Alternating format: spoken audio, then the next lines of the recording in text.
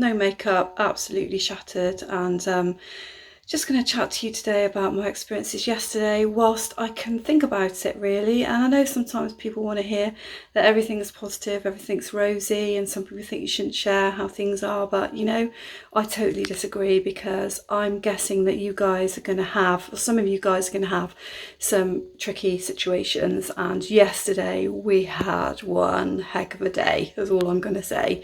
So I'm going to kind of do this in a bit of a vlog style, take you through what happened yesterday with my youngest son, you know, what we've done about it so far, the anxieties about whether we've actually put it right or not, and I might even, you know, get a chance to show you a little bit about where I live and what view I have. So stick around for the vlog.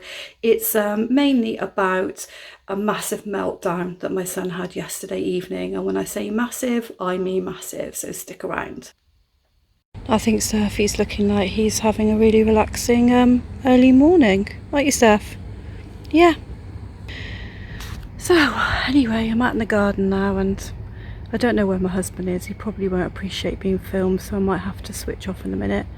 So, yeah, yesterday my son came home from school and it was pretty formidable. I'm going to move to somewhere where I can actually chat to you properly, really, because I don't know, I don't like chatting in the middle of the garden. There's people around. Well, there isn't people around actually. And it just seems to be that whenever he has these major meltdowns, it's not the things that I think it's going to be. So it's not the fact that we're looking after the grandchildren quite a bit at the moment, because we've got some issues at the moment and we need to look after them. So he has mentioned that sometimes he doesn't like it that he's not the youngest one in the house, but I always know that when it's major like this, it is to do with school.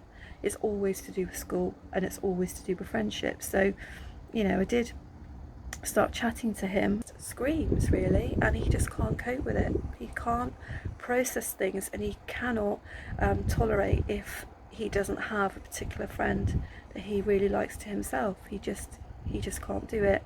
And he was so distressed yesterday, and we were so distressed because they've not long been back at school. There's not a chance of me homeschooling. I take my hats off to all of you vloggers out there and adopters and amazing families that homeschool. We tried it in a sense with COVID, and you didn't actually, I don't think the boys learnt anything really, well, not much. And so it's like so frustrating because I want him to be happy, and I want him to enjoy school, but I know that the friendship side will always be a problem for him. So I'll give you a view while I'm talking. And in the end, I had to take him out in the car, and that was the only way, because he was screaming his head off and he was throwing things around the house. It was scary, so I had to take him in the car because then he's contained, and he still carries on, but I don't know, there's something about being in the car really. And I literally drove for an hour and a half locally, which, as you can see, is a nice place, but it's still, you know, a lot of driving around and a lot of heartache. And by the time I'd actually got things under wrap, I was completely spent. And when we got outside for a bit now, a bit windy out there, isn't it? Seriously, this dog actually follows me everywhere. You back with me, Surf? Where we started off, weren't you? Yeah, so I was spent really, and we came back in, and fortunately for me, my son-in-law was here to spend some time with us. I knew I was actually sat out here with my son-in-law that he wouldn't, you know, carry on and do whatever he would do in front of my husband and I. And so it sort of calmed down, although I was aware in the background that my husband was still dealing with behaviour. But the important thing is that he wasn't able to come to me, so he wouldn't really start up again. And you know, I'll tell you what the issue is. The issue for him is that this friendship that he has, which is a really good, strong friendship, he wants his friend to himself entirely. He doesn't want his friend to play with anybody else. And he admitted this to me, and he admitted not only does he want this friend to himself, but he wants to control all of the games, and he doesn't want his friend to play with anybody else. So therefore he's not going to play with the friend or anyone else, so therefore he hasn't got anybody to play with, and he's really, really distraught. And the other bit of it is, you can't go through life controlling people, and you can't go through life expecting to have one person to yourself. And the therapeutic side comes in, and I say it's about you feeling rejected, and just because that friend doesn't want to play just with you, that's not rejection. And so to change positions, actually, because actually I know I look rough as rats today, and the light's better here.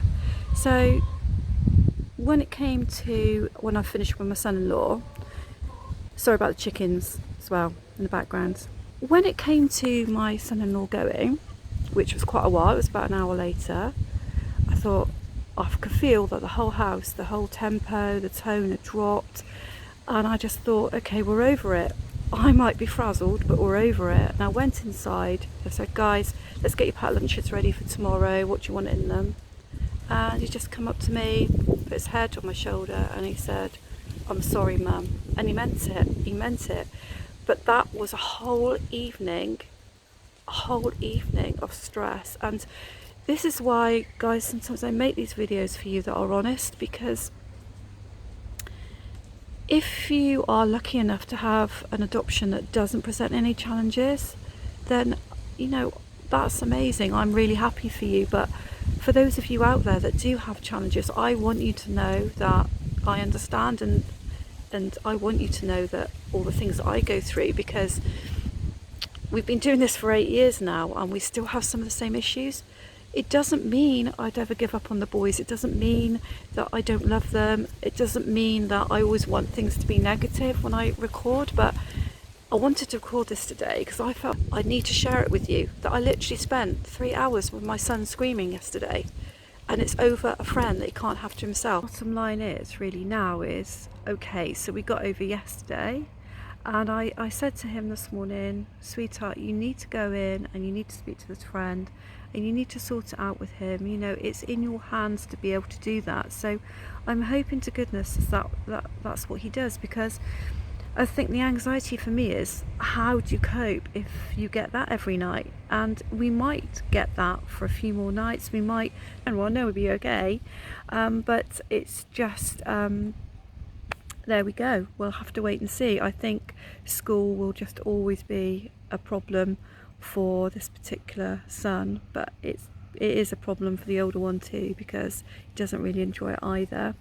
I meant to show you the back of the house, which is great because, as you can see, we just come in and out of there and enjoy the decking. And we moved here really so the boys could have a nice flat garden to play on and enjoy. And actually what they do is they kick a ball around and destroy the grass, which is what boys do, isn't it really? And there is my husband's pride and joy, all things fruity. And we've even got a lovely palm tree. All right, my lovelies, I'm just about to hang my washing out now. So, if you think you're going to enjoy a channel all about adoption, family life, and support, help, tips, advice, honesty, joys, highs, lows, then please take the time to subscribe, give me a thumbs up. Don't forget to put your notification bell on, and then you know when I'm going to bring other videos out, which aren't generally vlogs, but there you go. Okay now, bye.